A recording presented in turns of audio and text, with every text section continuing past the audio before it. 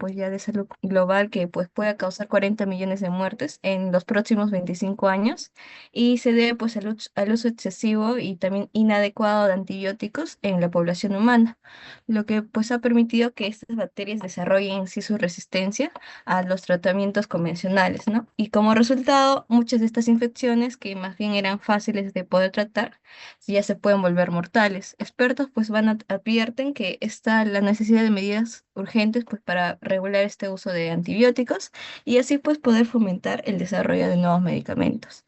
Esto ya es de interés internacional, ya que engloba a todos los países del mundo. ¿Y quiénes están comprometidos?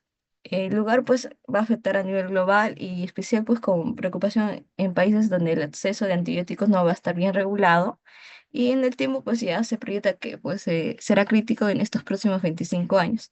Y en personas toda la población pues va a estar en riesgo, ¿no? Pero las personas inmunocomprometidas, algunos niños y también los adultos mayores son los más vulnerables. En conclusión, la resistencia pues, de antibióticos va a ser una amenaza creciente que va a requerir una acción inmediata y pues va a ser fundamental, ¿no? Que la población tenga más conciencia sobre el uso pues, de manera más responsable de estos antibióticos y pues así fortalecer la salud pública para evitar este tipo de crisis a nivel global. Romina Trejo como alumna. Así es, Romina, pues lamentablemente uno va a la farmacia y le dan cualquier tratamiento esperando un médico que tiene que ser que recete, pues viene la resistencia y vienen sus problemas. Muchas gracias, Romina. ¿Y Yajaira?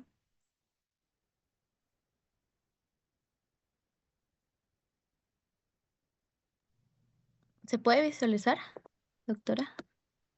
¿Qué dicen sus compañeros? A ver si están ahí o no. Sí, se ve.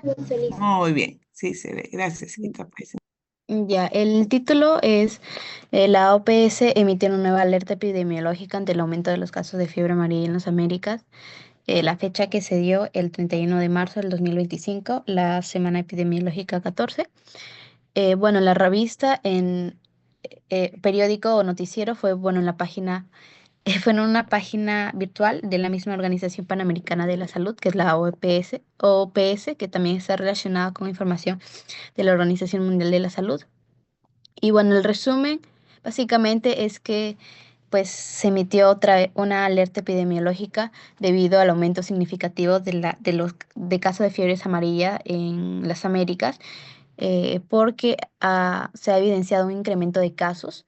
Se han confirmado 131 casos humanos y 53 fallecidos hasta el 22 de marzo, que son cifras que superan por mucho al 2024 y que los países que están más involucrados son Bolivia, Brasil, Colombia y Perú, eh, con presencia del virus incluso en zonas no endémicas. Y bueno, la OPS está fortaleciendo la vacunación y las medidas de control para evitar estos brotes, em, especialmente en áreas urbanas cercanas a focos activos. Esto es algo de interés nacional y bueno, quienes están involucrados o comprometidos principalmente, pues Bolivia, Brasil, Colombia y Perú. El tiempo que se está evaluando esto está desde octubre del 2024 hasta marzo del 2025. Las personas que se ven más afectadas son las no vacunadas, especialmente trabajadores agrícolas expuestos, también habitantes de zonas rurales o de áreas nuevas donde los virus se han expandido. En conclusión, la situación epidemiológica en este contexto presenta un riesgo muy elevado con estos brotes de fiebre amarilla, además de que se puede ver una gran expansión del virus en nuevas zonas que tienen baja cobertura con respecto a las vacunas y que pues la OPS, como ya mencioné, está tratando de reforzar esta necesidad de intensificar la vacunación, poder tener una mejor vigilancia y también asegurar una mejor respuesta para así contener que la propagación de este virus se siga dando y pues evitar una crisis de salud pública mayor. Mi nombre es Yajaira Saimi Villacorta Chuquipal. Gracias, Yajaira. Teniendo la vacunación completamente gratuita, la gente no va. Espero que ustedes en el centro de salud aprovechen a vacunarse. Muy bien, continúa Milagros.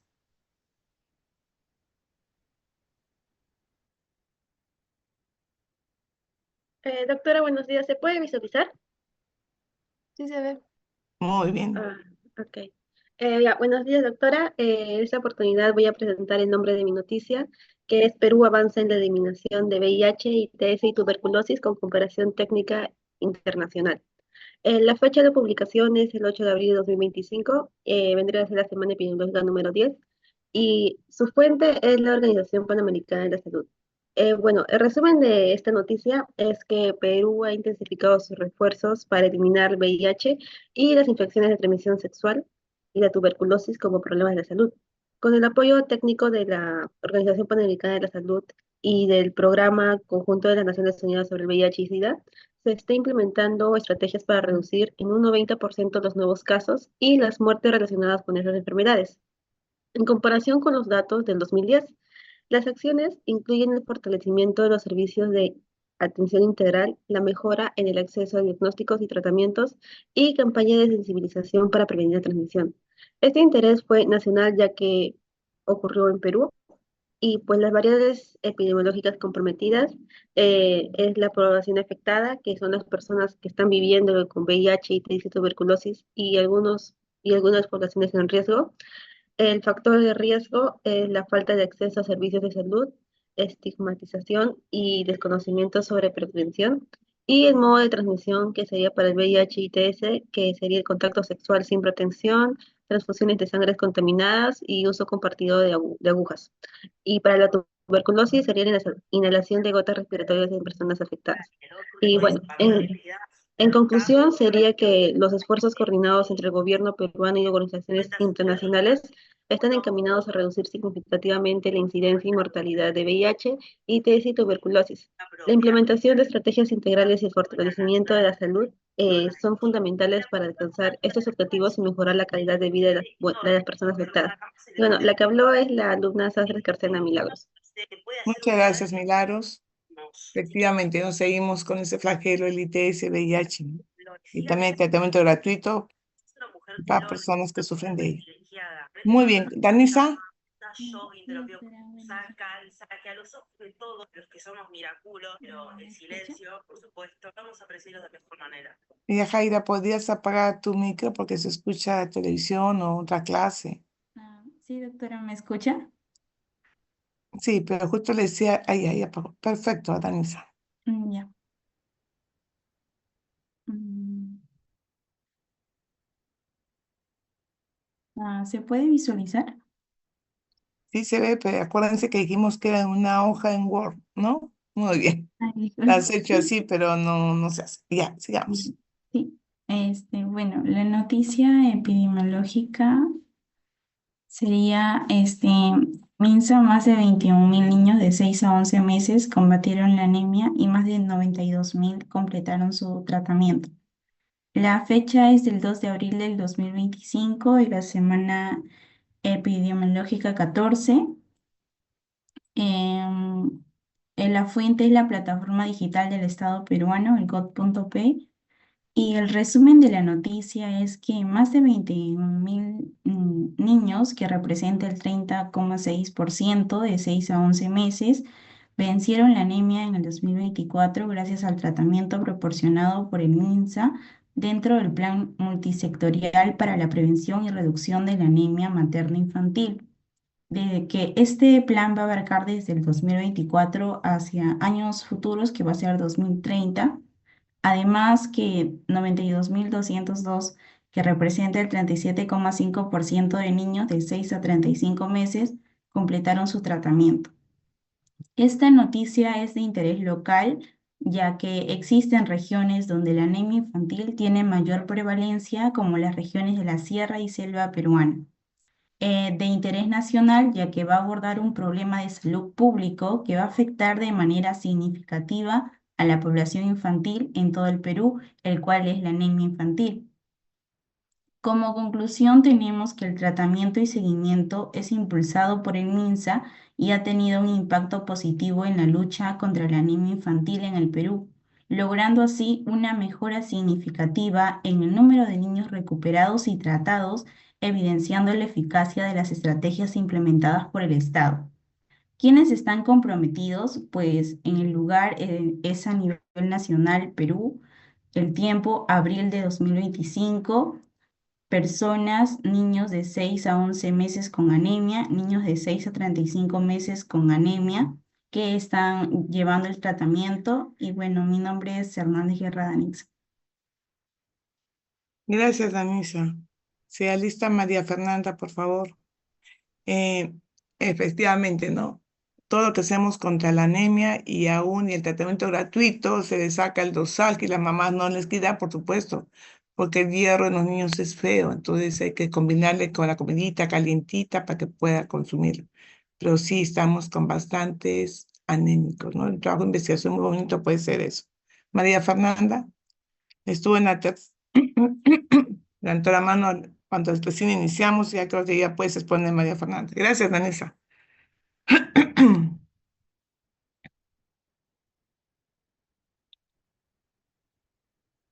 María Fernanda, ¿puedes ingresar?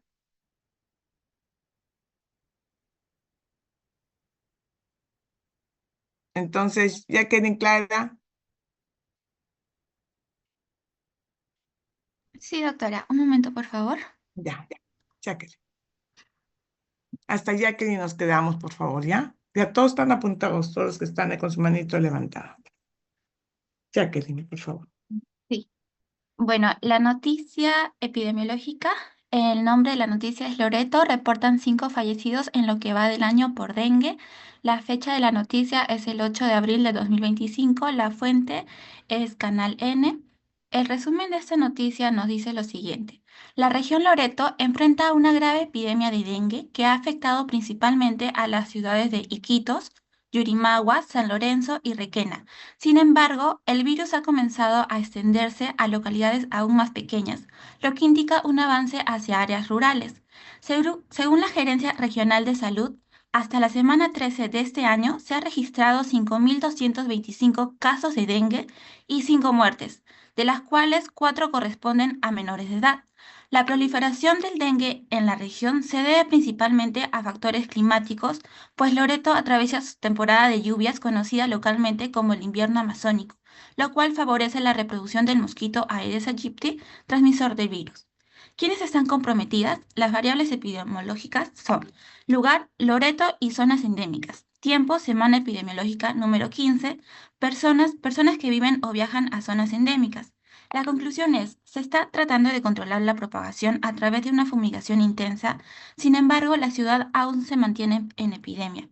Mi nombre es Jacqueline Guapaya.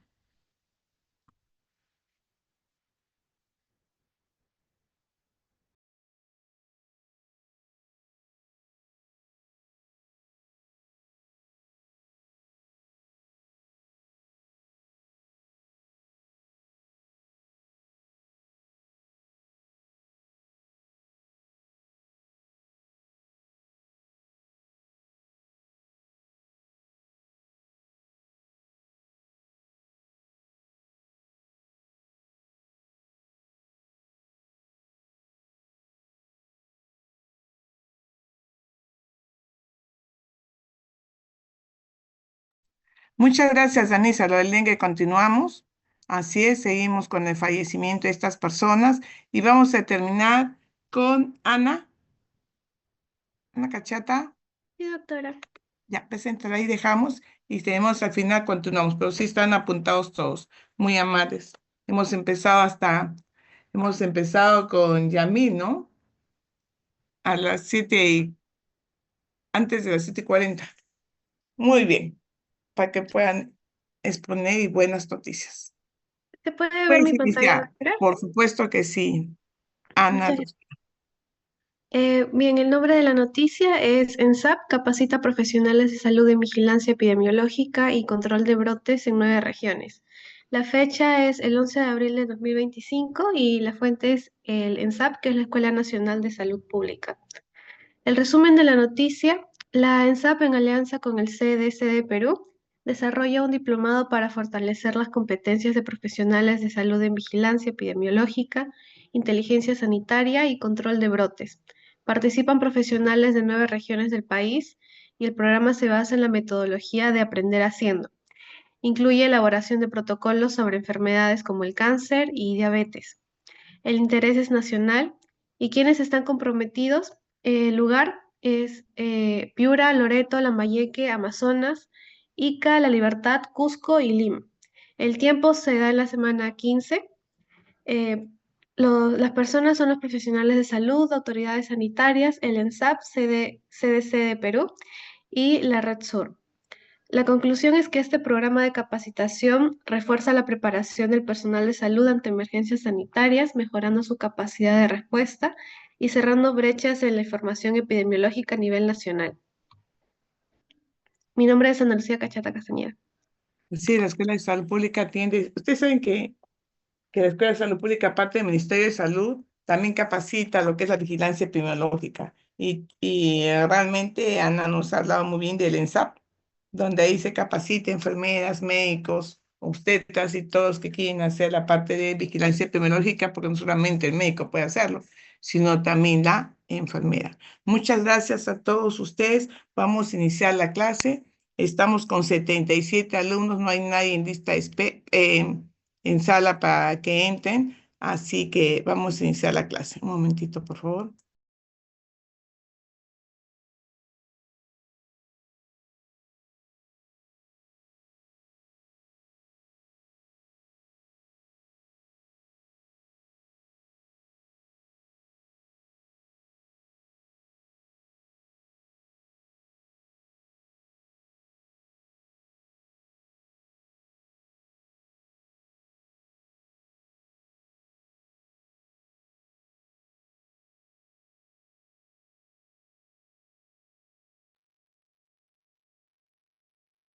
En la práctica, ¿me escuchan, jóvenes? Sí, doctora. Gracias, gracias. En la práctica estuvimos haciendo unos casitos clínicos, ¿no? ¿Y por qué les hacía casos clínicos? Como han hablado los compañeros de dengue, faltó hablar un poquito de leishmaniasis, pero algo que sí está ocasionando mucho incidencia es la leptospirosis. Se ha visto, no en la semana 7, porque estamos en la semana 12, ¿no? Que hay casos que realmente se están confundiendo y cuando se han hecho las pruebas de laboratorio no es dengue, sino lo que tiene es leptospirosis. Entonces, como ven, miren cómo se está evidenciando este aumento de leptospirosis y hay que hacer mucho hincapié de ello, porque así empezó el dengue. Pensábamos de que eran casos de rubiola. Se comenzó a vacunar a rubiola porque eran pequeñas peteques que salían con fiebre, malestar y desaparecían, y no era rubiola, era dengue. Ya estamos viendo casos que creemos que es dengue, pero es leptospirosis. Entonces hay que hacer mucho ese diagnóstico diferencial y tenerlo mucho presente cuando viene un caso con fiebre, malestar general y de dónde viene, ¿no? Que es importante tenerlo presente para dar un diagnóstico y ver la historia natural de la enfermedad, como nos quedamos en la clase pasada.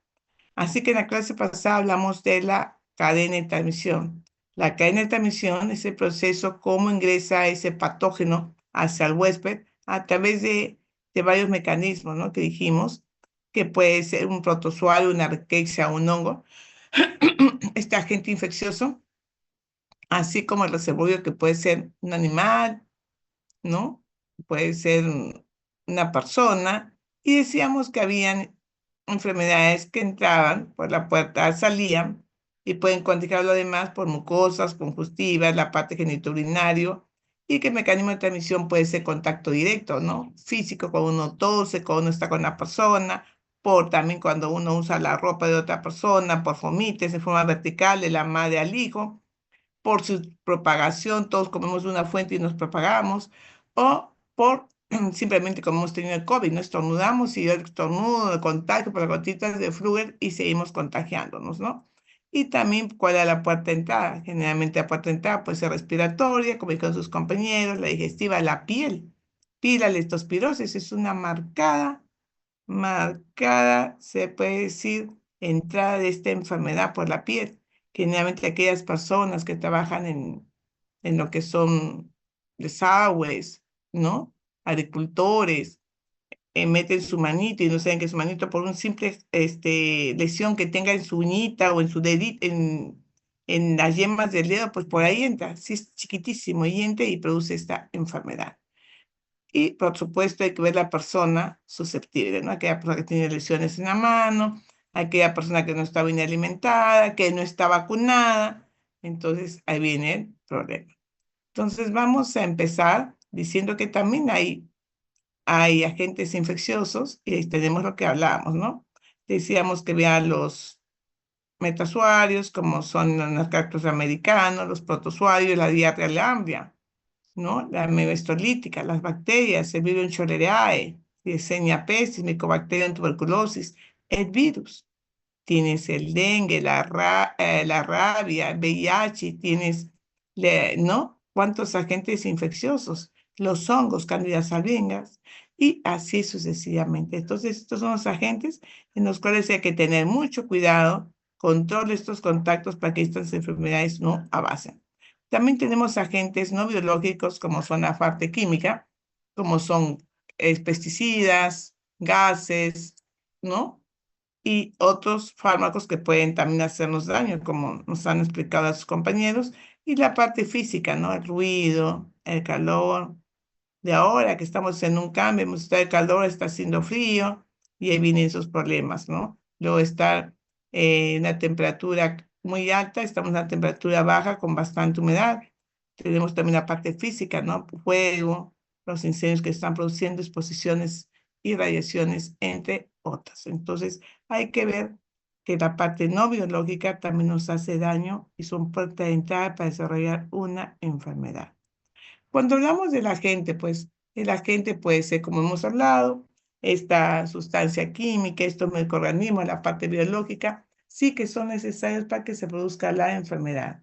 Pues hemos dicho que el agente infeccioso puede ser un hongo, una bacteria, una rickettsia, un virus, que debemos considerar cuál es la contagiosidad de ese organismo, la patogenicidad que hemos hablado, la virulencia, el poder invasivo que tiene y la inmunogenicidad.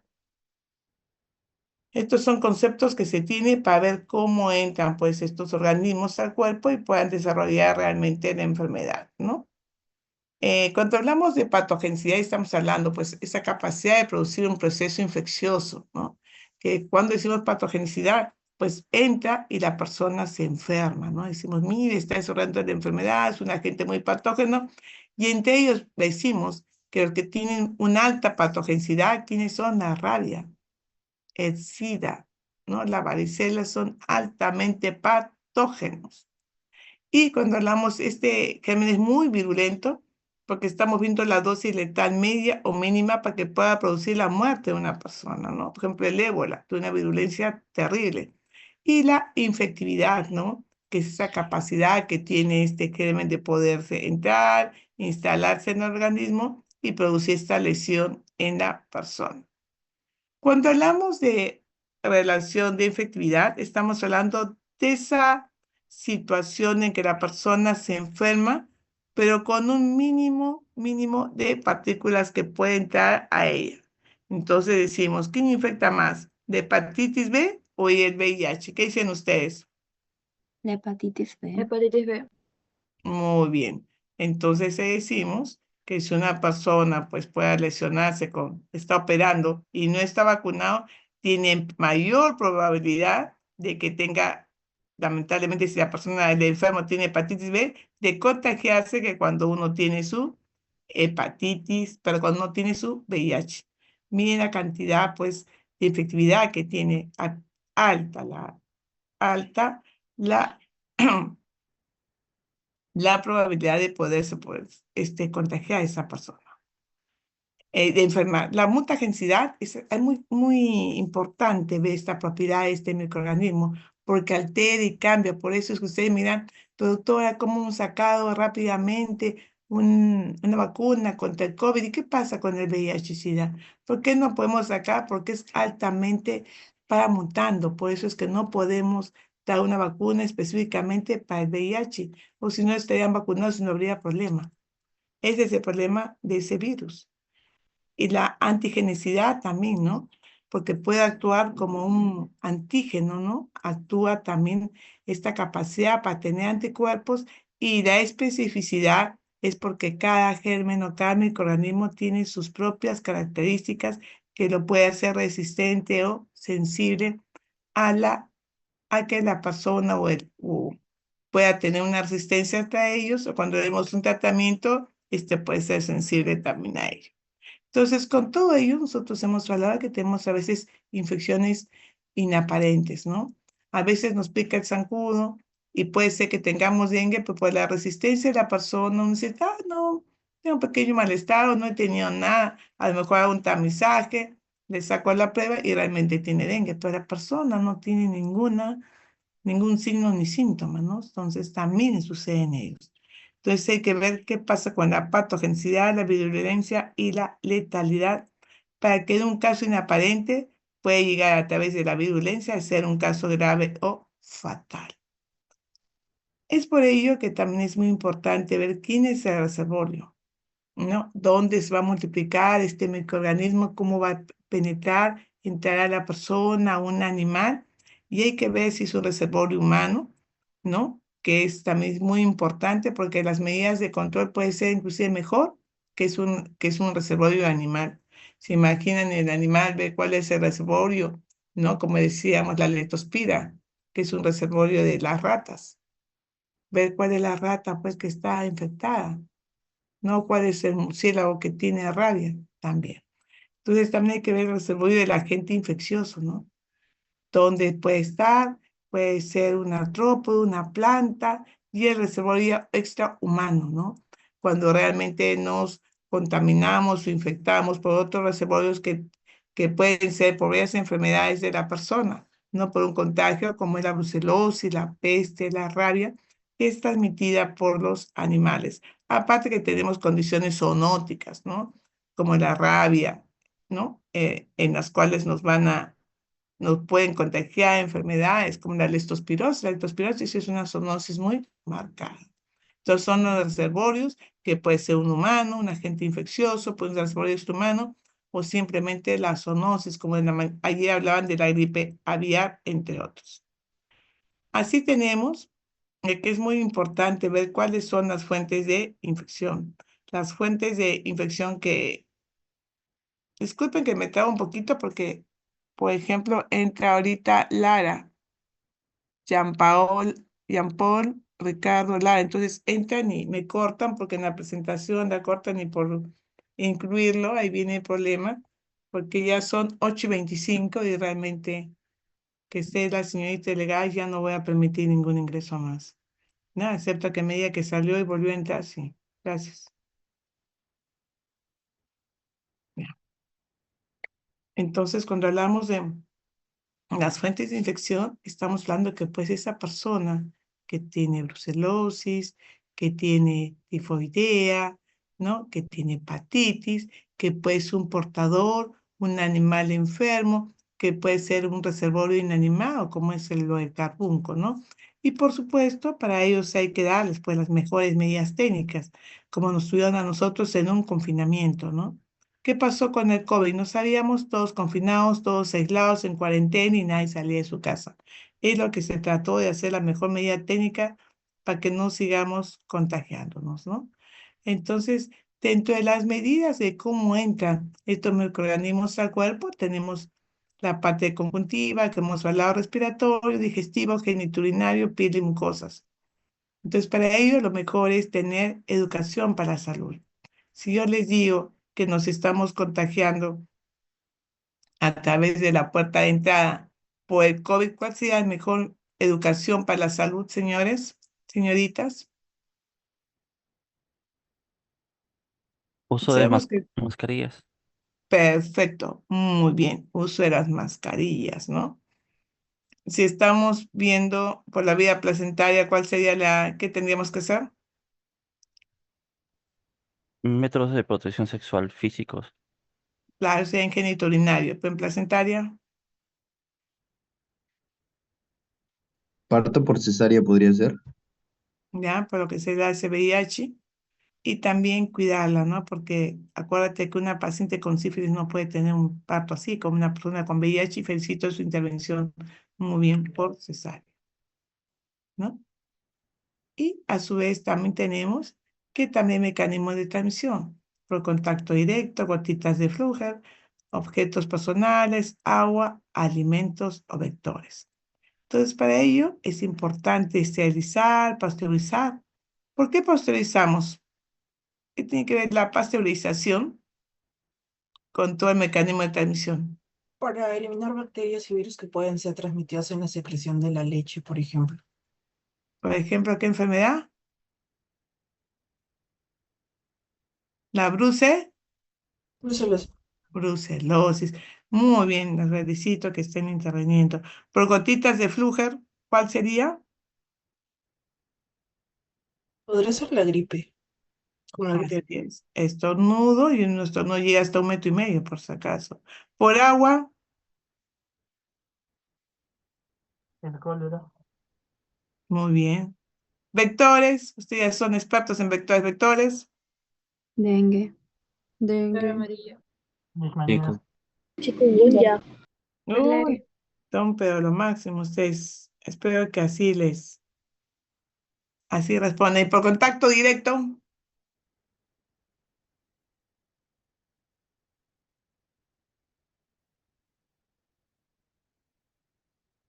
contacto directo,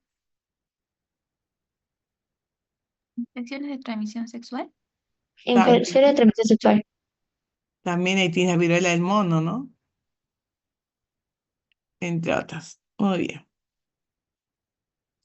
Entonces, también hay que ver los periodos susceptibles. No es igual, voy a repetir, que sea un animal o que sea una persona. No es igual que sea un niño de 2 años, una persona de 40 años, una persona de 80 años, una persona de 15.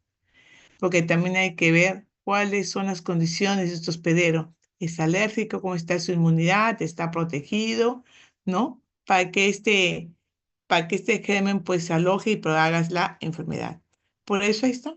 Hay que ver si la persona está sana, cuál es el estado de salud, su nutrición, la parte inmunológica. Entonces, las mejores medidas para ello es inmunización. Miren, sus compañeros han hablado que estamos en Semana Santa y la mayoría piensa viajar, pero la fiebre amarilla, para yo colocar y no tenga fiebre amarilla, ¿cuántos días de anticipación tengo que vacunarlo? Pregunta examen. 30 días. Que sería lo ideal, pero máximo 10 días, ¿ya? 10 días. Muy bien.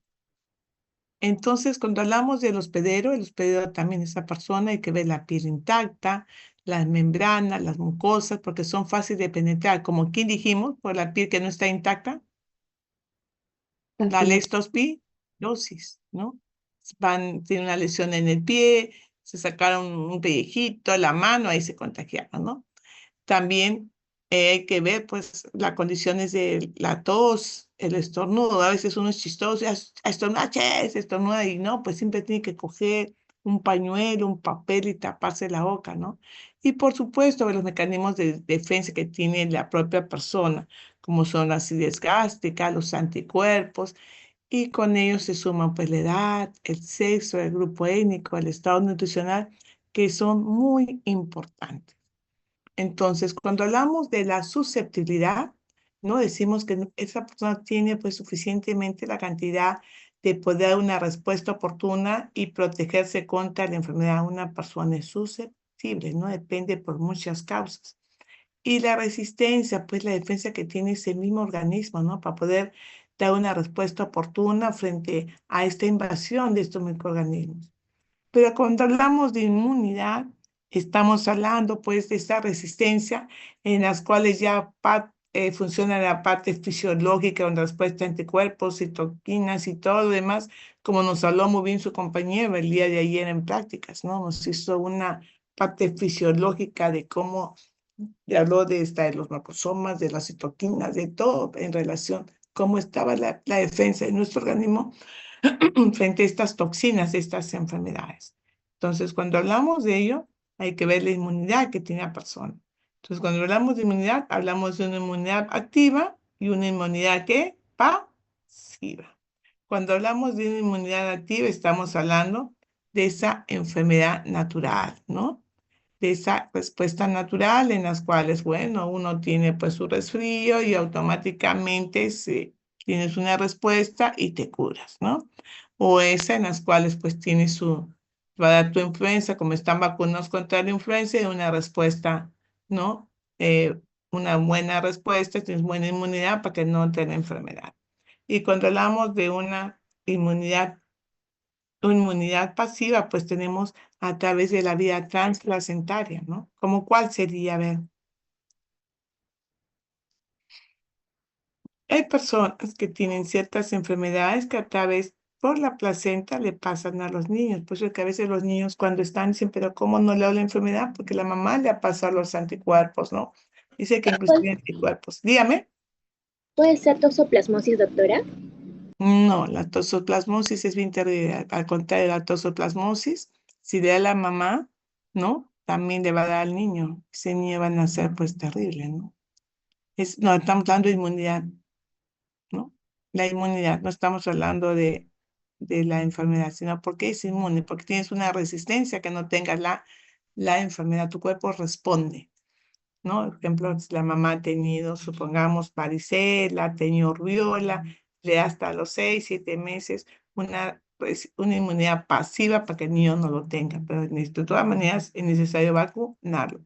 En cambio, lo que usted me da la toxoplasmosis es una susceptibilidad en la cual la mamá pues no tiene una respuesta oportuna y el niñito va a nacer con toxoplasmosis. Eso sí está bien. Y cuando hablamos también de inmunidad pasiva, es cuando ya pongamos una inmunidad que nos van a dar, es cuando nos muerde la araña, un Loxoceles, y nos tiene que colocar sueros para poder tener una inmunidad y no morir por esta sustancia tóxica que tiene la araña, ¿no?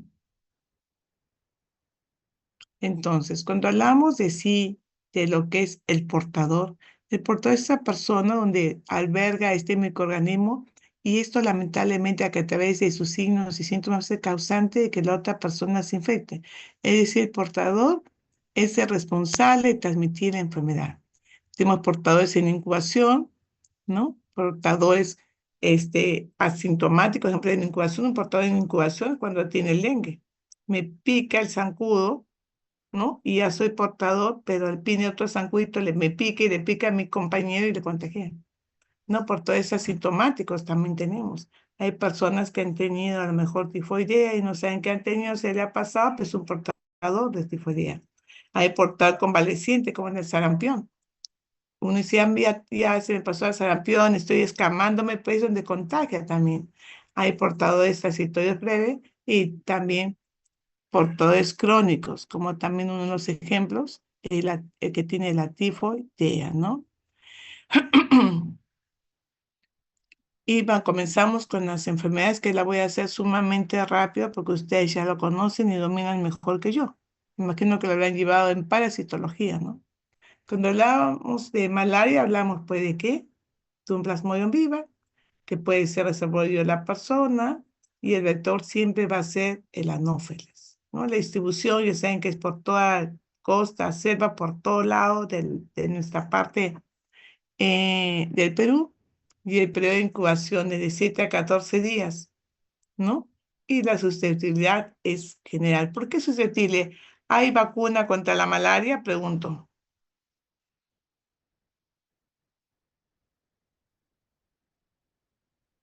Jóvenes, ¿hay vacuna contra la malaria?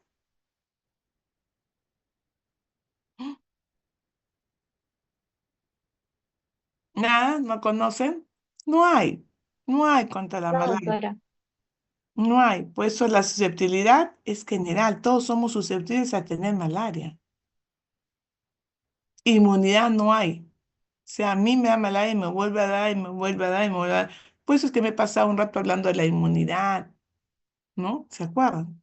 Para llegar a este punto, ¿no? Acá tienen los casos de malaria presentados ahora, que en el 2025 el que está afectando más, pues los falciparum, el vivax y el malaria, pero el que más, pregunta examen, el que más alta incidencia nos va a dar malaria es, ¿cuál? Pues muy bien, vivax.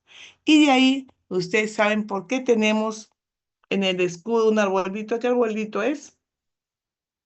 La quina La quina. ¿Por qué tenemos la quina? se utilizó para el paludismo, que es equivalente a la malaria en el pasado. Claro, ¿no? Por la malaria. Y este tratamiento para la malaria, que puede ser quinina, mefloquina, sulfadoxina o piretamina, o lo que usamos, usted su nombre lo ha dicho muy bien, la cloroquina o la quinina, pues lo que se da exclusivamente para quién, para la malaria. Y gracias a nuestro arbolito de la quina que ya no tenemos, por si acaso no hay, por todo el mundo dieron para el tratamiento del malaria. La fiebre amarilla, ya lo saben perfectamente ustedes, la fiebre amarilla, ya saben que el agente agresor, ¿quién es?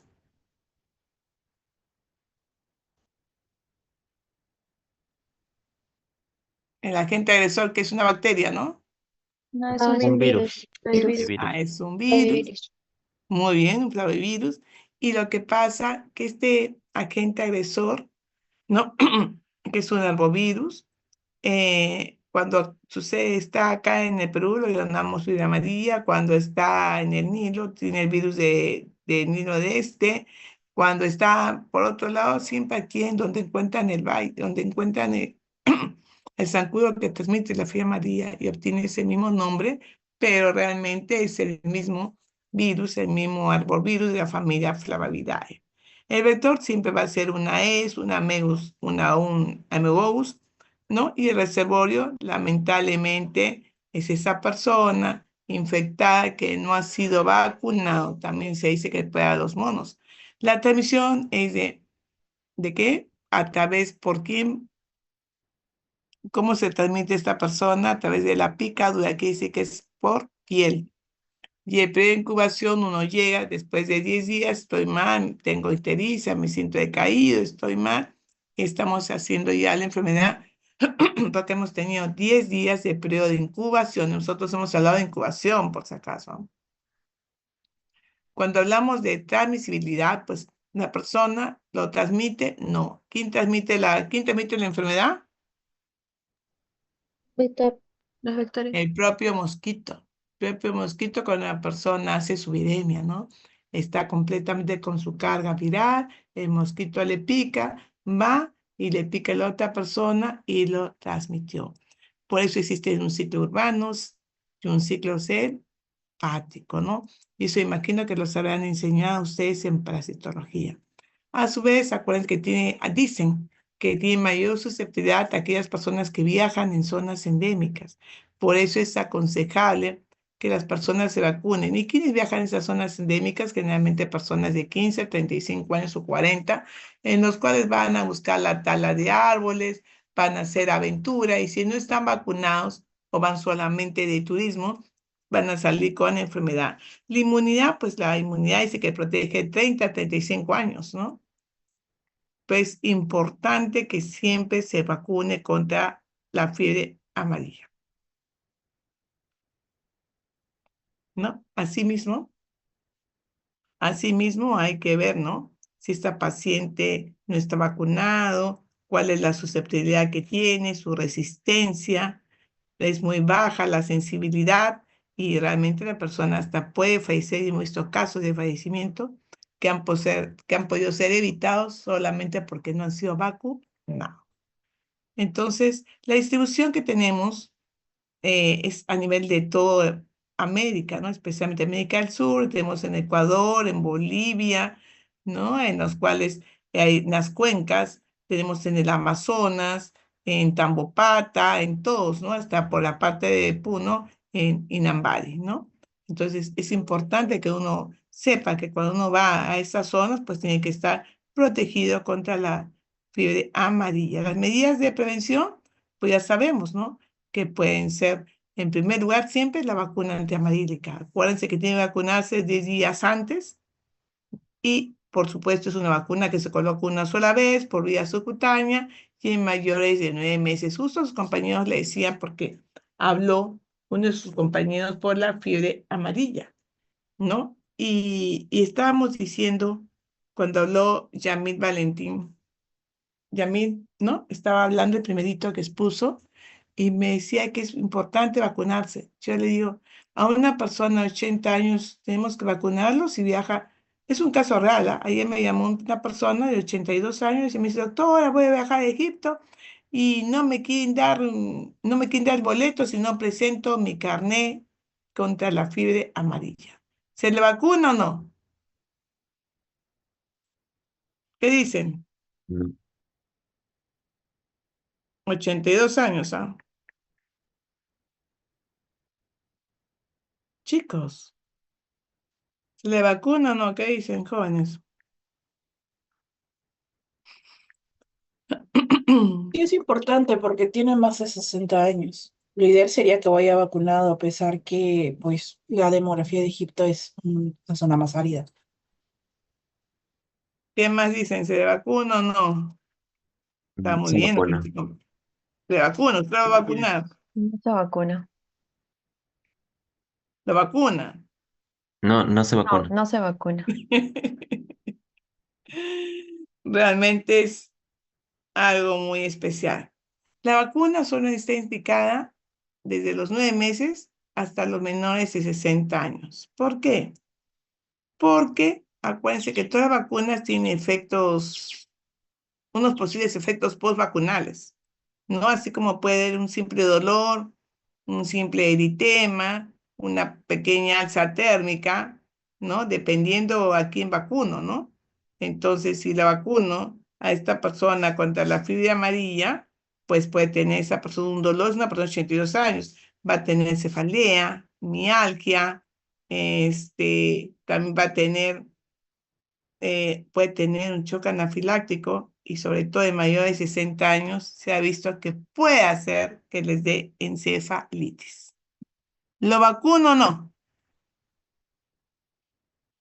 No, doctora, no se vacuna. Claro, ¿no? Porque lo vacuno y a lo mejor el señor va y hace un cuadro de encefalitis. Y cuando le pregunté al señor, señor, ¿usted se vacunó? Sí, me vacuné a los 58 años. Usted está protegido, señor. ¿Ya para qué se va a vacunar? Pero la vacuna le dura. ¿Qué dice ahí? Se vacuna una sola vez y tiene protección, pues, porque ya creó sus propios anticuerpos la persona, ¿no? Y por ejemplo, hay personas que me dicen, doctora, vacúneme ahora porque me voy de viaje mañana. Es que no es viajar mañana, ¿no? Por gusto le pica el mosquito y va a ser la enfermedad.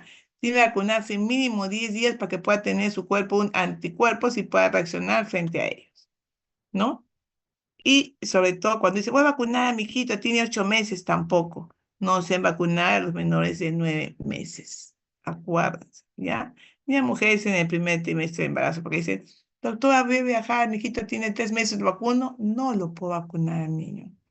Doctora, estoy gestando, tampoco. O sea, eso lo vamos a poner, vamos a tener buenos conocimientos cuando hablemos de vacunas. Muy bien. El cólera. El cólera, ¿por qué le he puesto A00? ¿Qué significa A00? A ver, jóvenes.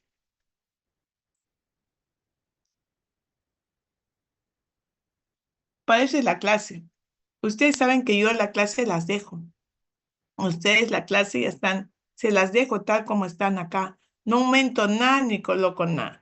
Solamente ¿por qué les doy la clase? Porque yo se las digo, las menciono. Y hay como esto que ustedes leen, ¿no? A00, ¿qué significa?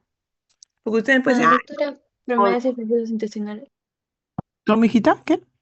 sería que es como o sea, un biotipo conocido del cólera, el cólera clásico. No, no, no, no, no. Es el código de la enfermedad. Es el código de la Muy bien. enfermedad, según el Acuérdense que CIE-10. la enfermedad es a través del CIE-10, que ya está en decadencia y frente al CIE-11. CIE es Codificación Internacional de Enfermedades, el CIE. Entonces, cuando pongo A00, quiere decir que acá, en la China, en Estados Unidos, en Francia, en Bolivia, es cólera. Esta enfermedad de Cholerae que se caracteriza generalmente porque es, cuando uno dice lavado de arroz, agua de arroz, ¿cómo es agua de arroz? No. El agua de arroz es cuando se cocina, ¿han visto cuando se cocina y lavan la olla y no queda ese arroz medio baboso, medio así blanquecino? Así es. Y nadie me va a discutir a mí porque yo he tenido casos de cólera en la equipa que me pasaba escribiendo las notas de ingreso, las notas de emergencia y la historia clínica que me salió hasta callos por la mano, pues escribí todo ello. Y realmente ya no sabía que si lo que tocaba, con el respeto de todos ustedes, espero que no estén comiendo, era vómitos o diarrea. Porque igual, venía la persona de un vómito se me deshidrataba, de una diarrea se me iba la persona, ¿no? Y teníamos que poner solución por electrolítica y sueros y otro más en los 4 miembros. Era terrible cómo se contagiaban por horas. Acuérdense, el periodo de incubación es horas, la infección es horas. Entonces, el cólera es una enfermedad rápida, una enfermedad que si no se le hidrata, llega en shock y muere. En su cara, muere, ¿no? Entonces, hay que ver, darles inmediatamente. En esa época, ustedes ni siquiera habían nacido, se enfermó los juros, la unidad de hidratación oral, los suros comunales que habían en todos los asentamientos humanos, en toda parte, porque apenas el señor tenga cólera, sus diarreas, sus vómitos, darle inmediatamente a rehidratarlo. Es lo que se quería con ello. Por ejemplo, este agente etiológico que vivieron Cholerae es un bacilo gran negativo y generalmente los serotipos que se presentaron fue el Inaba, el Ogawa y el Kojima, ¿no? Que realmente trajeron acá en el Perú y en otras partes han sido lamentablemente por este agente etiológico, por este serotipo, han matado, pues, gran epidemias, ¿no? Como sucedió en la India, y siempre suceden por ahí, ¿no? Miles de personas que fallecen a consecuencia de esta enterotoxina que va a producir, pues, estas enfermedades. Y así tenemos el clásico que siempre se presenta, ¿no? El biotipo clásico y el TOR, que espero que nunca esté acá porque eso nos va a traer lamentablemente gran cantidad de personas que van a fallecer, ¿no? Es muy, muy grave de ellos. Está entrando recién Andrea Huarcaya, pero estuvo Andrea Huarcaya, creo, ¿no? No sé. Bueno, entonces, el alcohol no lo hemos tenido, lo hemos tenido hace muchos siglos atrás y dice que es cíclico, tiene cierta cantidad de tiempo. En el Perú lo tuvimos en el año 1991, donde se desató pues una esta epidemia. Empezó por Chancay, llegó a Lima, se distribuyó, llegó a Arequipa y por todas partes teníamos, ¿no? Esta enfermedad. Lamentablemente fue porque en estas zonas vulnerables que antes conocíamos como pueblos jóvenes, no tenían agua ni desagüe. ¿Cómo voy a decir? Lávense las manos si no tienen agua ni desagüe. Entonces ahí fue muy rápida la transmisión. Y el periodo de incubación tan corto que venía el papá, la traía la hija, la traía la esposa, y a las 4 horas el papá venía completamente deshidratado y también con la enfermedad. Entonces, es una epidemia muy fuerte que se transmite a través de estos alimentos contaminados, ¿no? Estos alimentos que están contaminados lamentablemente pues, por este organismo que se transmite generalmente a través de las heces, ¿no? El reservorio, ya saben que el reservorio siempre va a ser el hombre, ya saben cómo se propaga por las excreciones y por no lavarse bien las manos. Por eso yo digo que lo mejor que tiene que tenerse el médico y todas las personas es lavarse, tener las manos bien limpias, las uñas bien recortadas. Yo celebro y felicito las uñas largas, ¿no? Que estén pintaditas. Todo un médico no puede estar con sus uñas largas, tiene que estar con sus uñas cortas porque tenemos que palpar, auscultar, hacer tacto. Y también las personas, para no se transmiten enfermedades, pues tienen que tener generalmente sus uñas limpias. Entonces, se dice que un reservorio de este cólera también es el humano y se alberga generalmente en la vesícula. Y a través de eso se va excretando durante meses y si esa persona que es un portador, dijimos, ¿te acuerdas? Un portador crónico porque va a cada vez que no se lava bien las manos, se limpia y va contagiando la enfermedad a todos ellos.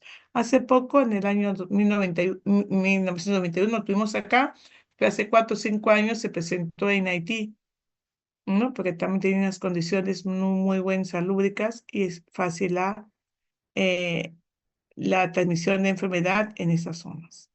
Ya sea en que el modo de transmisión, ya sea a través pues ingesta contaminada por las heces, las excretas de la persona, y eso ya sabe que van a tener, pues lamentablemente, los vómitos, las diarreas, que va a ser fácil de contaminarse. En el periodo de incubación es de 3 a 4 horas, de 5 días depende de la resistencia de la persona, y mientras la persona esté con la enfermedad, va a seguir transmitiendo el cólera, ¿no?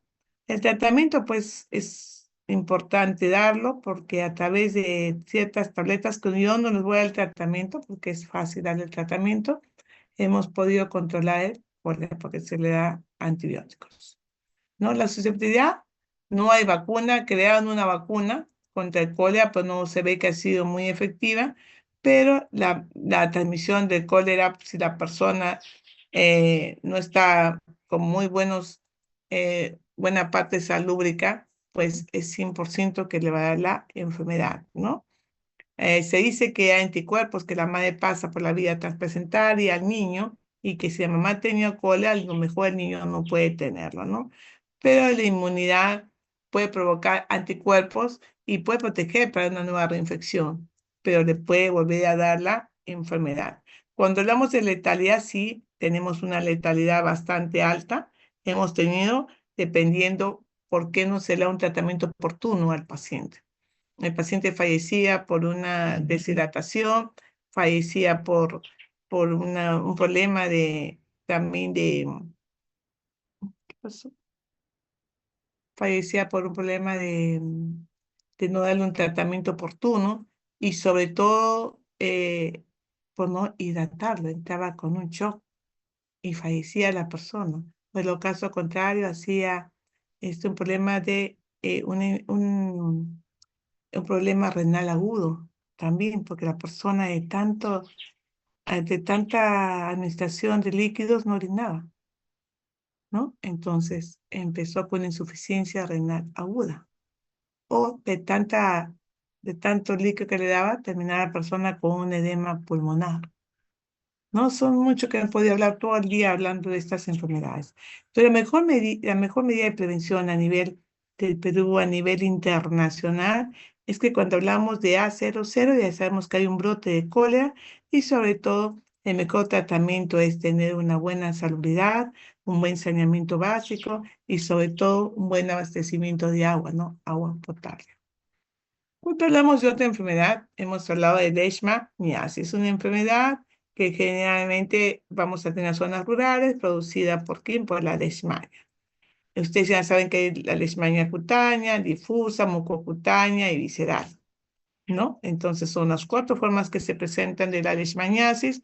Ya saben el agente quién es y sobre todo, ¿no? Que la distribución se va a dar no solamente acá en el Perú, se va a dar casi en América del Sur. Yo cuando estuve en Arequipa, tenía un hospital general, llega mucho paciente que venía con esta leishmaniasis, ¿no? Generalmente provenientes de Cusco, que venían ya con unas lesiones muy grandes, que a veces no, venían con una chalina y cuando se quitaban la chalina, pues ya habían perdido parte de la boca, parte de la nariz, ¿no? Es muy terrible esta enfermedad.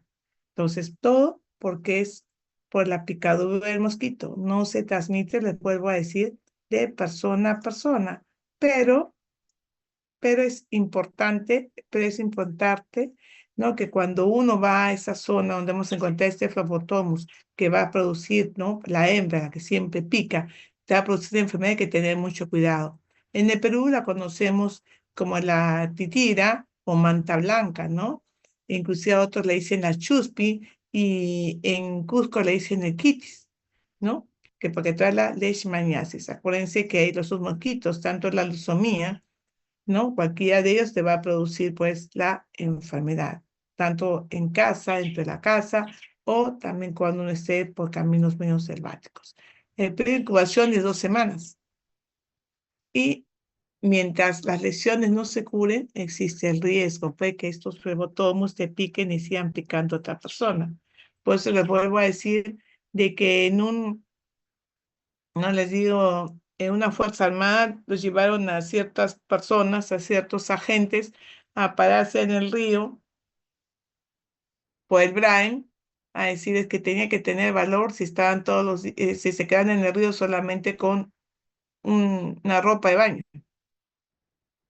Pasaron toda la noche, regresaron y luego de 2 semanas comenzaban a decir, tengo unas lesiones en mi bracito que no me cura. Fueron al dermatólogo, les dio pomaditas, luego pasó un mes y se dan con sus lesiones. Cuando uno mira lesiones, Dijo, eso es lo que tienes, es leishmaniasis.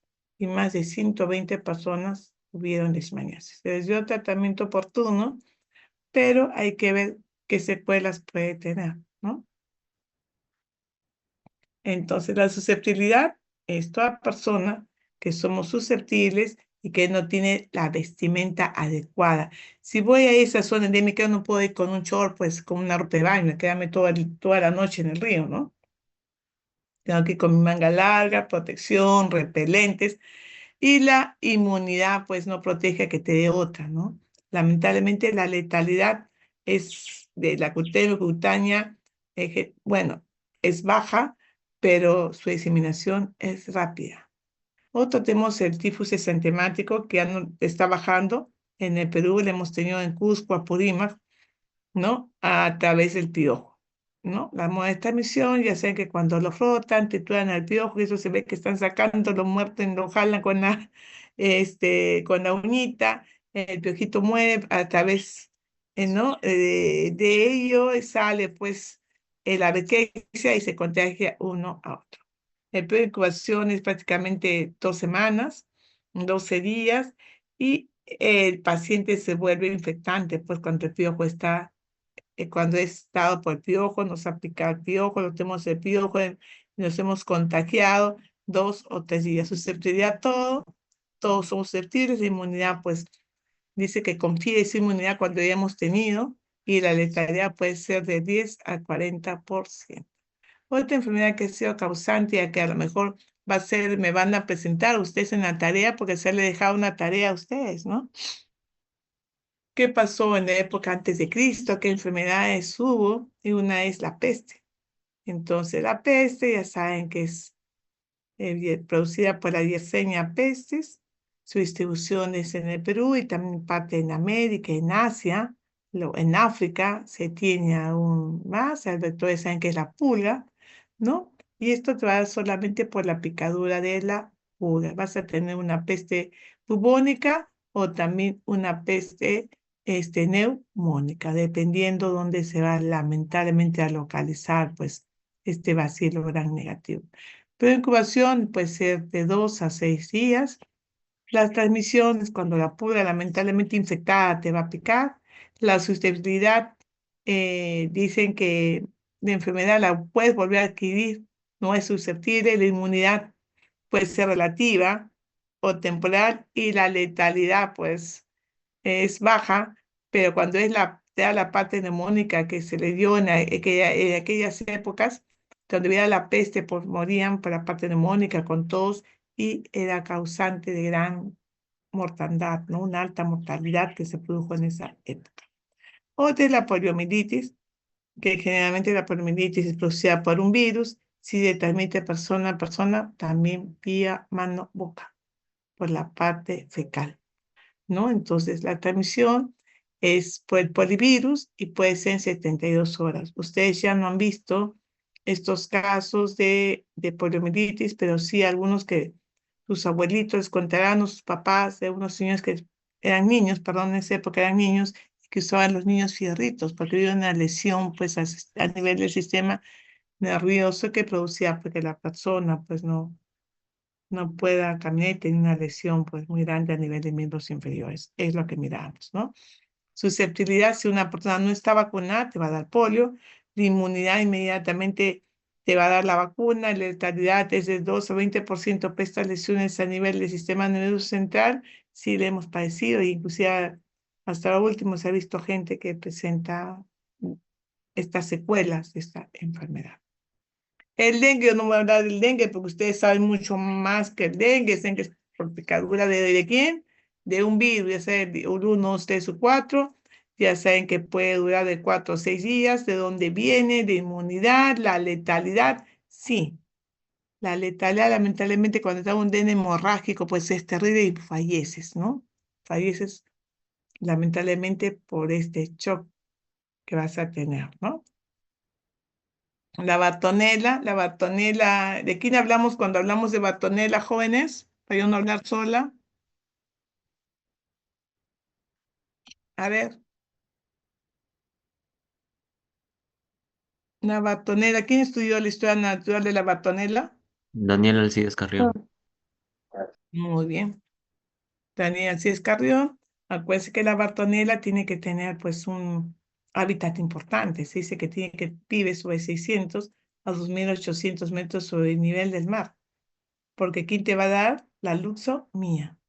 Pero acá en Lima, ¿tenemos o no tenemos? ¿Qué dicen ustedes? ¿Tenemos Bartonella o no? ¿Está la luxomía o no?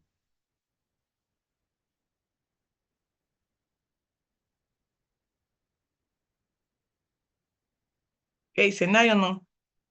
Sí, a nivel de Chosica, a nivel de Chosica hemos encontrado al vector.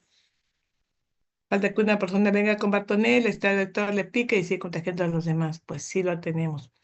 Puede incubación de 16 a 22 días, a veces hasta 3 o 4 meses, puede ser la enfermedad.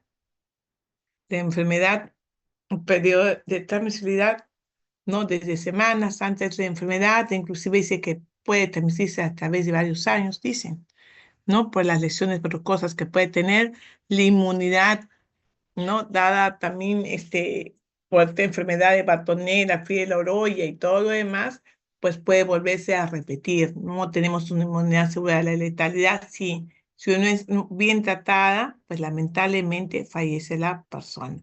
Carbunco es producido por Bacillus anthracis y lamentablemente esto lo están usando, pues se presenta por suelos contaminados por las famosas esporas. Pues hay que tener mucho cuidado cuando uno va a estas partes donde hay ganado, ¿no? En Lima Sur hemos presentado gran cantidad de carbúnculo, ahora ya no, porque los animales están vacunados, pero el periodo de transmisión a través por las esporas, por inhalación o por la carne que estamos comiendo, que es contaminada por el carbúnculo, ¿no? Dura de 1 a 7 días, la sustentabilidad es indeterminada, inmunidad es rara y la letalidad, pues un tratamiento puede ser hasta el 20%. La transmisión, pues ya saben cómo es, y especialmente este Bacillus anthracis, pues lo que vamos a tener en donde hay ganado, ¿no? Y ahora que lo están utilizando, famoso antes para estas guerras biológicas, ¿no? Que están preparando estas bombas biológicas para hacer daño. O sea, la gente teniendo otras soluciones para sanar gente, están creando armas biológicas para dañar a las personas. Bueno, la difteria, hemos tenido casos de difteria acá, señores, señoritas, hemos tenido casos de difteria, ¿tenemos? Sí. Sí. Claro. ¿Se acuerdan en época de cólera? Perdón, en época de COVID. También, Sí. tiempo después fallecieron 2 personas. No es justo que fallezca una niña de 5 años y una persona de 40 años por tener difteria. La difteria, ya saben que se producida por Crinobacterium diphtheriae, situación que ha podido ser salvar a esa niña y si esa persona simplemente con una vacuna, difteria, tétanos y tos convulsiva.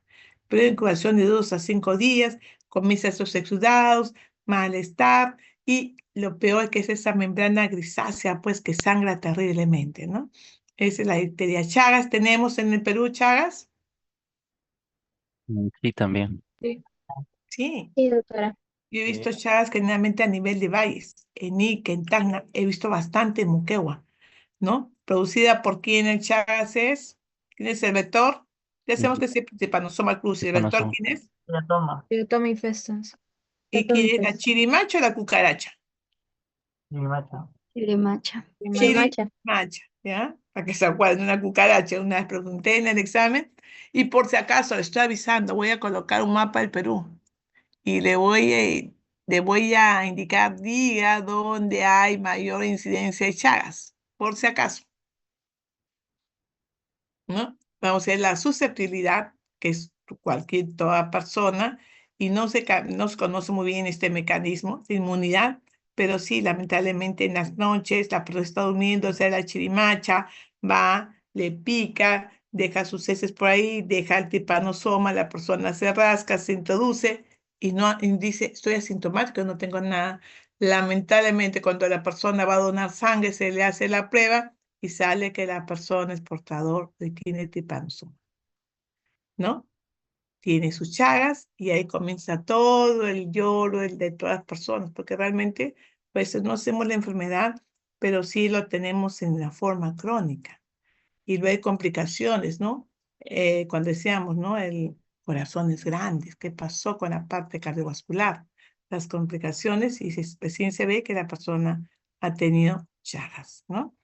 El periodo de transmisión, pues lamentablemente es mantener, pues la que persona se infecta con el parásito, todos somos susceptibles, sí, la letalidad puede ser de 20 a más cuando es una enfermedad crónica, cuando hay pericardio, el megacorazón, ¿no? Y se produce todo esto, es terrible. Otra enfermedad meningocócica, también hay vacuna para ello. Los portadores asintomáticos los tenemos por todas partes. La transmisión es por la secreción nasofaringea, las gotitas de saliva. Y generalmente los niños son los que van a presentar la enfermedad, ¿no? Entonces, lo mejor es darle un tratamiento adecuado, oportuno, y hay que usar las vacunas, especialmente en estos niños. La hepatitis viral, pues la hepatitis viral tenemos hepatitis A, B, C, pero que el Ministerio de Salud te vacunes contra la hepatitis B, ¿no? Hay vacuna contra la hepatitis A, ¿qué dicen jóvenes? Uy, están calladitos. ¿Hay vacuna contra la hepatitis A?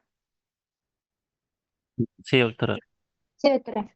Muy bien, Elis, muy bien, María Fernanda, sí. Lo que pasa es que el Ministerio de Salud no lo coloca porque es cara. Y aparte que es cara porque tiene la vacuna de la hepatitis B cuesta 180 soles en el mercado, si se puede decir. Pero es más prevenible. ¿El hepatitis A cómo se contagia? Por agua contaminada. Sí. Y por boca, ¿no? Por boca. Por boca.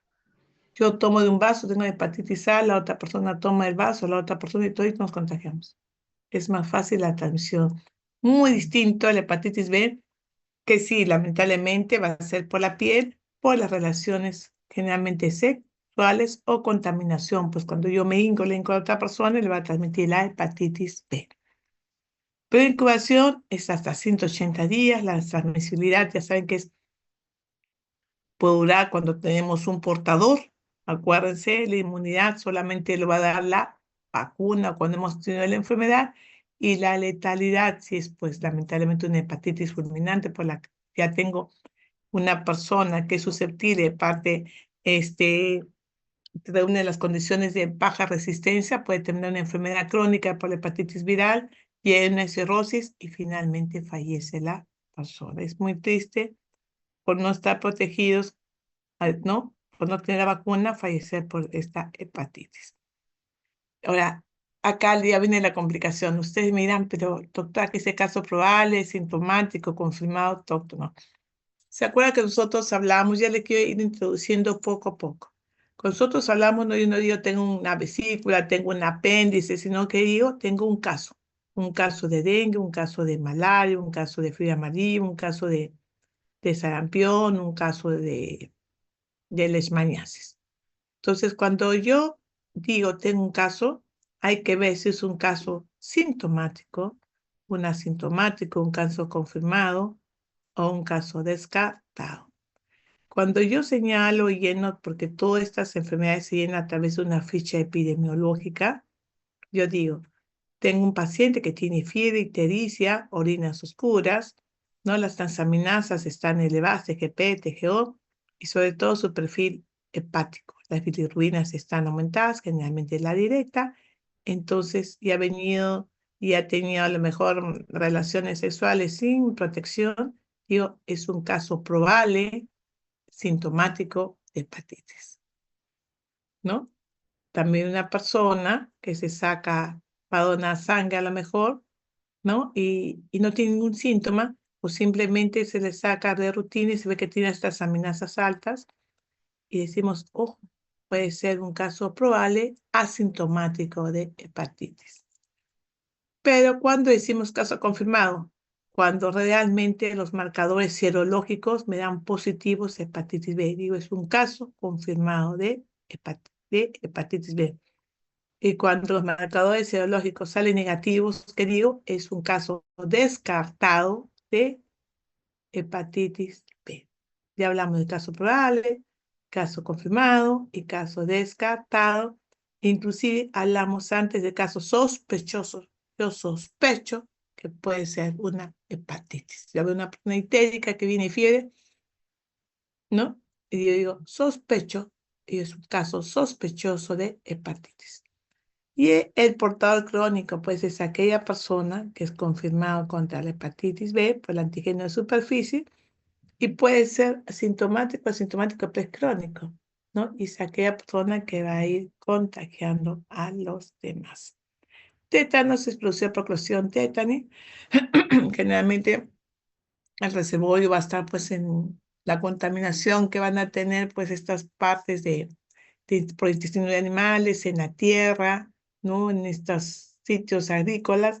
Y la transmisión ya saben solamente por las esporas que van a entrar por estas heridas, por un trauma. A veces estamos en la chacra, nos hincamos una espina, un raspón y ahí estamos ya dados con el tétanos, ¿no? Entonces no se transmite de persona a persona, es universal, pero ¿hay vacuna? Sí, ya hay vacuna con el tétanos. Entonces hay que vacunarse porque cuando nos da el tétanos es triste esta enfermedad. Morir la persona fallece con tesmos y generalmente la letalidad es alta. Luego tenemos el tétano neonatal. Generalmente la madre se vacuna para que su hijo esté protegido, porque hace años atrás los niños no nacían tanto en un establecimiento de salud, sino eran atendidos por las comadronas, no por el esposo, que a veces con una tijera que estaba pues oxidada, por supuesto que tenía ya contaminada, le cortaban el cordón y moría el niño y moría la mamá. Y eso lamentablemente se ve en nuestra selva, ¿no? En zonas muy apartadas o del que atiende el parto es una comadrona, inclusive hasta van al río y chancan pues cordón umbilical con una piedra. Entonces, para ello hay que establecer, ver pues que esta introducción de las esporas pueden entrar por ese cordón umbilical y este niño puede fallecer y es terrible. Pues es importante vacunar a nuestras madres, ¿no? La letalidad de tétanos natales llega hasta un 90%. La tosferina o llamada ¿qué? Tosferina o, les voy a poner el examen, tosferina ¿Tos convulsiva? o, Coqueluche. Entonces, sí. muy bien. Tosferina, coqueluche, ¿qué más dijimos? Tos convulsiva, ¿no? Se va a transmitir siempre por gotitas en los niños.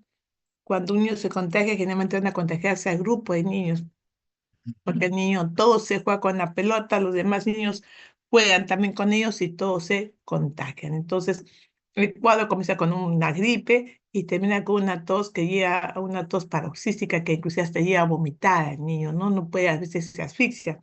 Entonces hay que vacunar al niño y por supuesto la letalidad es baja, pero es alta cuando el niño no está vacunado y es menor de 6 meses. Los niños fallecen por esta tos. Otra, tenemos el sarampión, que nos han hablado muy bien. Al día de hoy nos han hablado sobre la sarampión, cómo es justo que nuestros niños a través de que nos hablaban de Estados Unidos, ¿no? Si no me equivoco, estaban falleciendo por no estar vacunados, ¿no? Entonces es muy importante tener la vacunación, ¿no? La vacunación de estos niños, tal como nos habló Luis Alfonso, ¿no? Luis Alfonso, ¿está ahí? Sí, doctora Luis Alonso, con el Luis Alonso, cambié. Luis, ¿qué dijiste sobre la sarampión? Porque tus que había compañeros. muerto un niño en etapa escolar en Estados Unidos, en Texas. Recientemente, hace una semana, creo. ¿Y no estaba vacunado? Nada.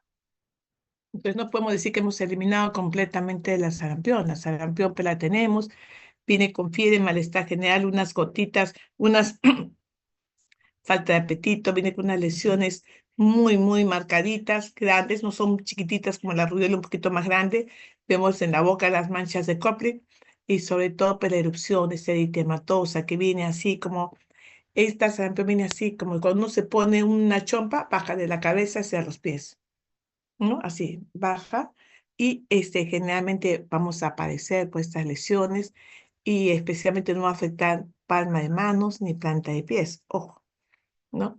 Y hay que hacer diagnóstico diferencial, sarampión, puede ser rubiola, una escarlatina, puede ser un exantema, puede ser hasta dengue.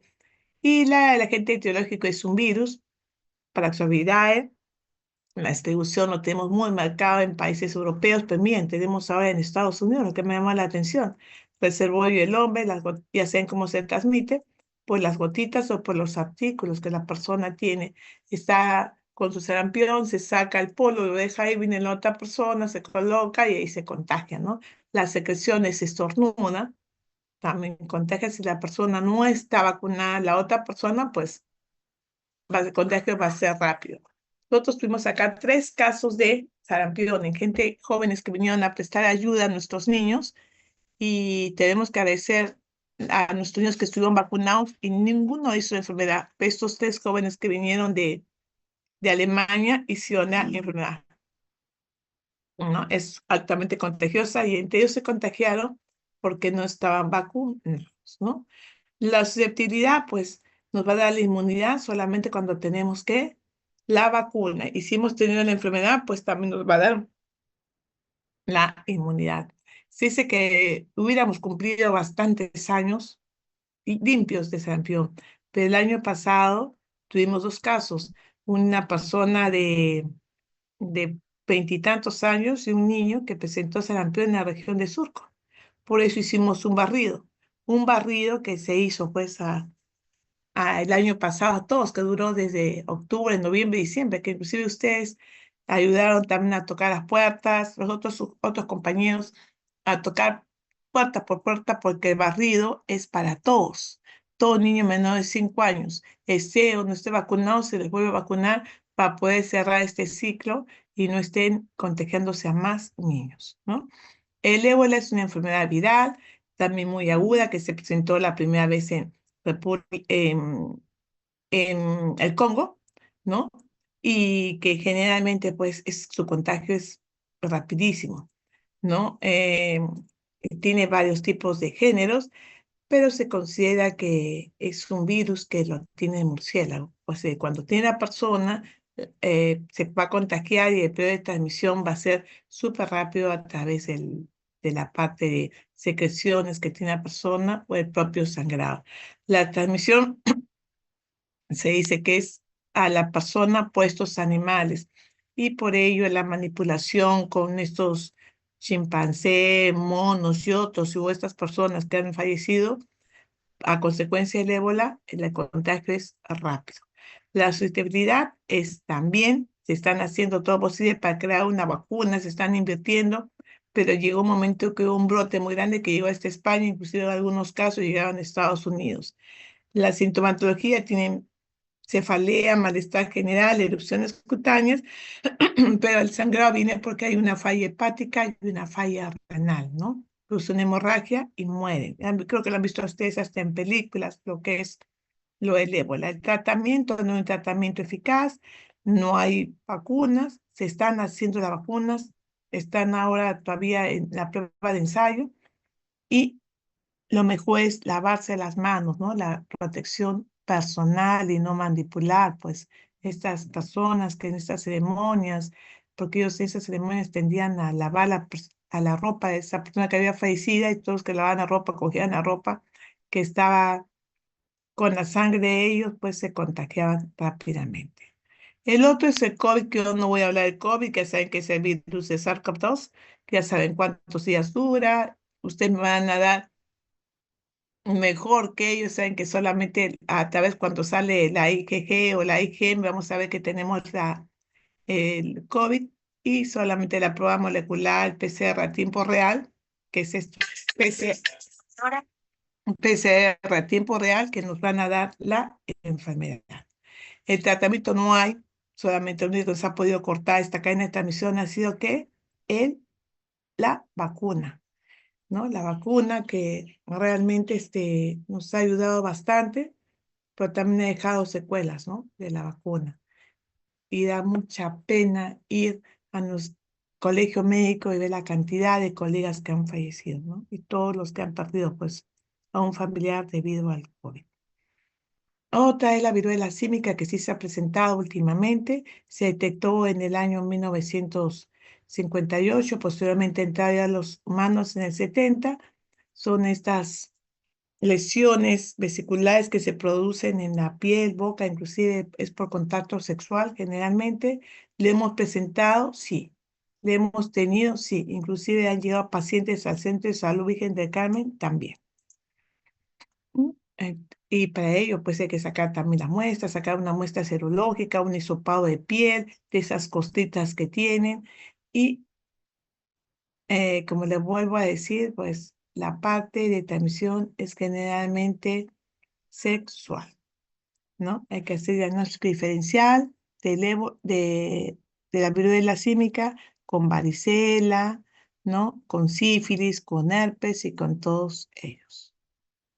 Hay estas enfermedades que siempre se vigila y hemos visto que es el SIDA, ¿no? La hepatitis B, la meningitis, tifus, todo lo que hemos estudiado ahorita son enfermedades de vigilancia epidemiológica en el Perú. Y no solamente ellos, sino vemos que a nivel internacional siguen presentándose casos de poliomielitis, encefalitis, Zika, sarampión, tosferina, hantavirus. ¿Tenemos hantavirus en el Perú? Pronto examen, ¿no? Entonces, miren, esto es lo que está sucediendo actualmente, los eventos sanitarios de importancia internacional en el 2025 hasta este mes. Y hablamos de atención primaria. ¿Qué me pueden decir de esto que ven ustedes acá, jóvenes? Porque yo estoy hablando mucho y ustedes no. ¿Qué me pueden mencionar de la atención primaria de la salud en relación a ello que están viendo?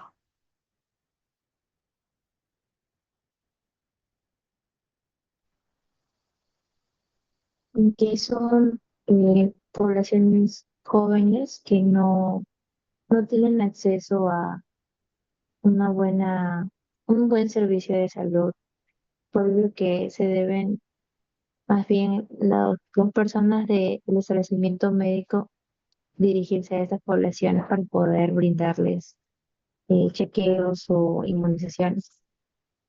Muy bien, María Fernanda. Es donde debemos de realmente actuar. Nosotros estamos en la zona urbana, pero nosotros tenemos que ir a esta zona donde realmente la gente no tiene agua potable. Como yo le voy a decir, hay que lavarse las manos si ellos compran su agua, ¿no? Hay que tener buen desagüe si tienen silos, ¿no? Miren, es lo que vivimos, en nuestra realidad. Entonces, la atención primaria incluye esa forma de poder garantizar el bienestar y está dada por la Constitución, que tenemos que dar salud a toda nuestra población. Y no solamente lo hablamos en esta Constitución, sino lo habla la OMS, la UNICEF, y por supuesto, acuérdense de la Declaración de Alma Ata en 1978, donde queríamos que todo el mundo tenga salud, una salud para toda nuestra población, ¿no? Entonces, la declaración de Alma Ata, que es muy importante porque ahí viene lo que es la atención primaria de salud, reitera que no solamente tenemos que ver a la persona en sí, sino hay que ver también todo el espacio donde vive, la desigualdad de las personas, ¿no? El objeto de dar una atención colectiva. Tenemos que orientar los problemas sanitarios. ¿Qué pasa? No hay agua, no hay desagüe, ¿no? Acumulan el agua, salen mosquitos, el mosquito se multiplica. Entonces hay que lava, tapa tu agua. ¿Ya qué más podemos hacer? ¿No? Y sobre todo formar las mejores políticas para mantener una atención primaria de salud. Entonces, en esa época de Alma Ata, en 1978, decían, tenemos que tener salud para todos en el año 2000. Y se escribieron más de 10 capítulos dando hincapié a ello. Y sobre todo tenían que decir, hay que hacer promoción de la nutrición, ¿no? Enseñarles a comer, enseñarles a decir que no solamente alimento de un bizcocho, una gaseosa, sino convertirlo en una fruta o en agua. El abastecimiento de agua potable y saneamiento básico. Y yo digo y me pregunto, ¿las fotos que han visto, tendremos agua potable y saneamiento básico? No. No, Así es, ¿no? Dar asistencia a la planificación familiar, ¿no? Hay que ver cuántos hijos yo puedo mantener.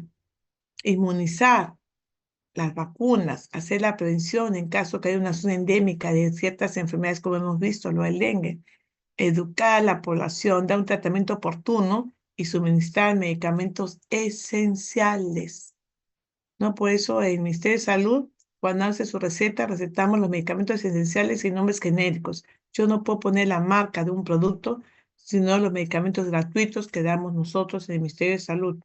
Entonces, la atención primaria de salud se dio desde el año 78 y comenzó a fomentarse que teníamos que tener una mejor macroeconomía en el año 2001, para posteriormente a una cumbre mundial que se estuvo en Johannesburgo en 2002, también se hablaba de que teníamos que intensificar la atención primaria de salud.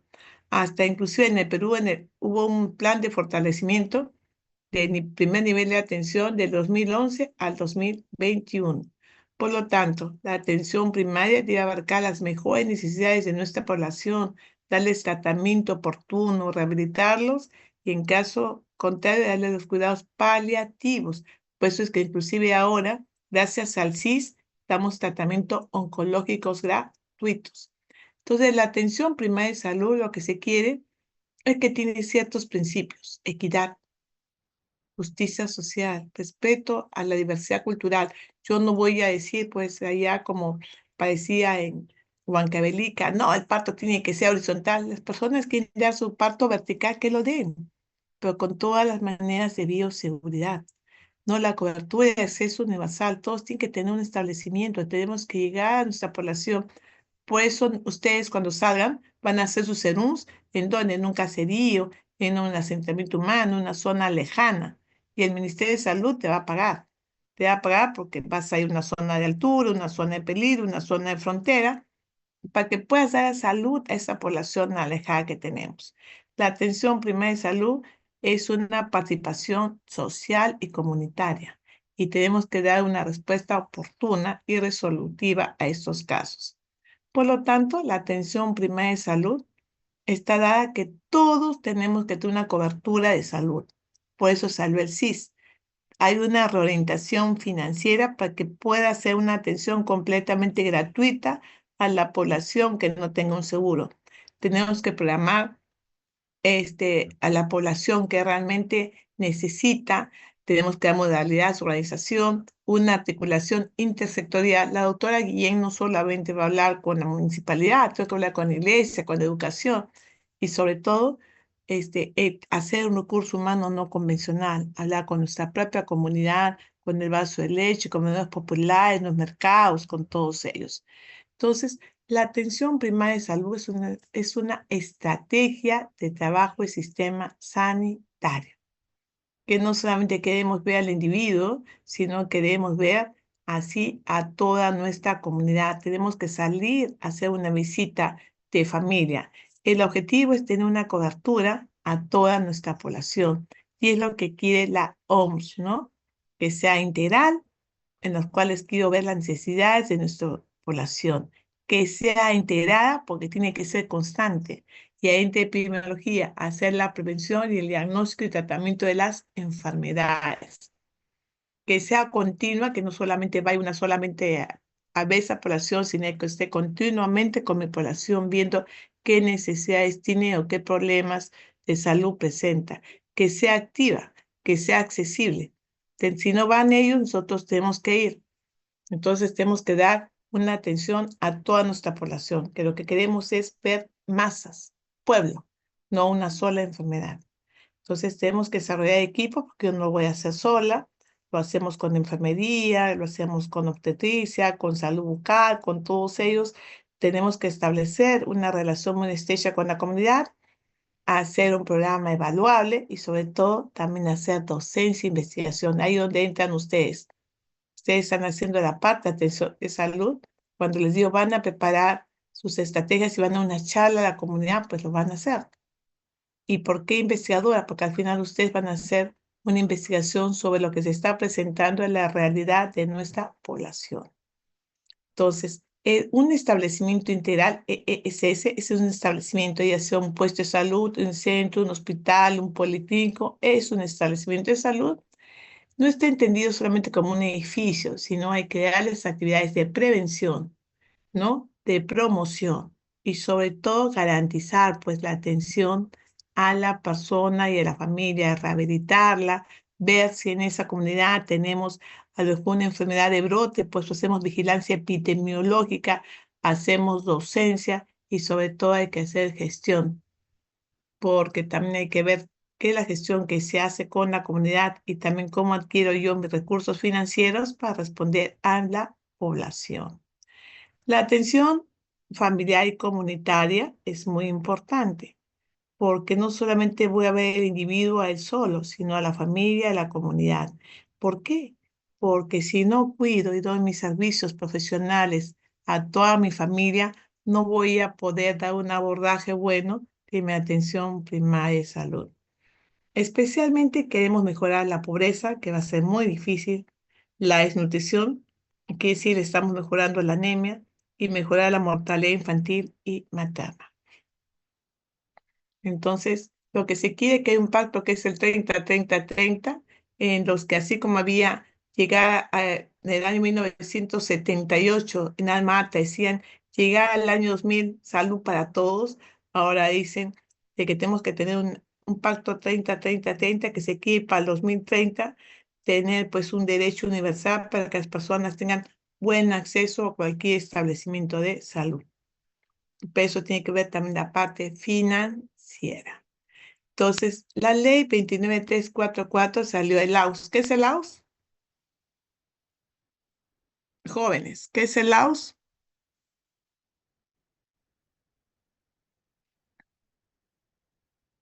Pues es distinto dejarle la clase que le diría Sí, el LAUS. doctora, es el Aseguramiento aseguramiento universal de universal de salud. salud. Muy bien, ¿ya? Entonces, cuando damos ese aseguramiento, tenemos que dar la parte preventiva, recuperativa y más que todo dar una cobertura universal a toda nuestra población. Es por ello que el Día Mundial de la Salud, ¿cuándo se celebra? 7 El de 7 abril. de abril. Sí, Porque muy bien, los chiquitos están al día en todo. Y lo que se ve ahora es la atención primaria de salud renovada. ¿Qué se quiere? Que respetar los derechos humanos de género, territorio e interculturalidad, ¿no? Para ello hay que sustentar bien la equidad, la coherencia social, entre otros. Ustedes miran, ¿qué parte es esta? ¿Dónde están? ¿Por qué he puesto esta foto? ¿Son nuestros alumnos o no? Sí, son los sí. alumnos que ya son médicos. ¿En qué parte están? A ver.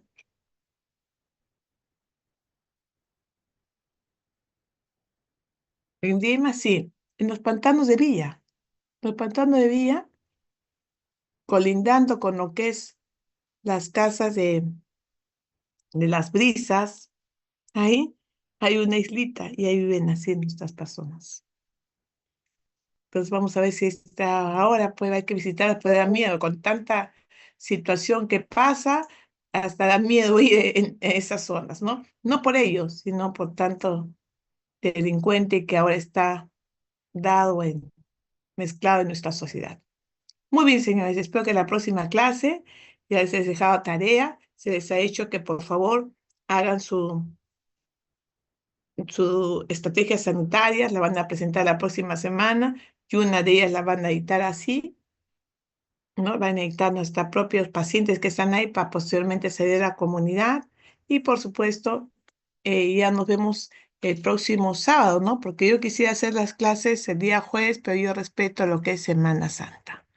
Muy bien, ¿alguna pregunta hasta ahí, jóvenes?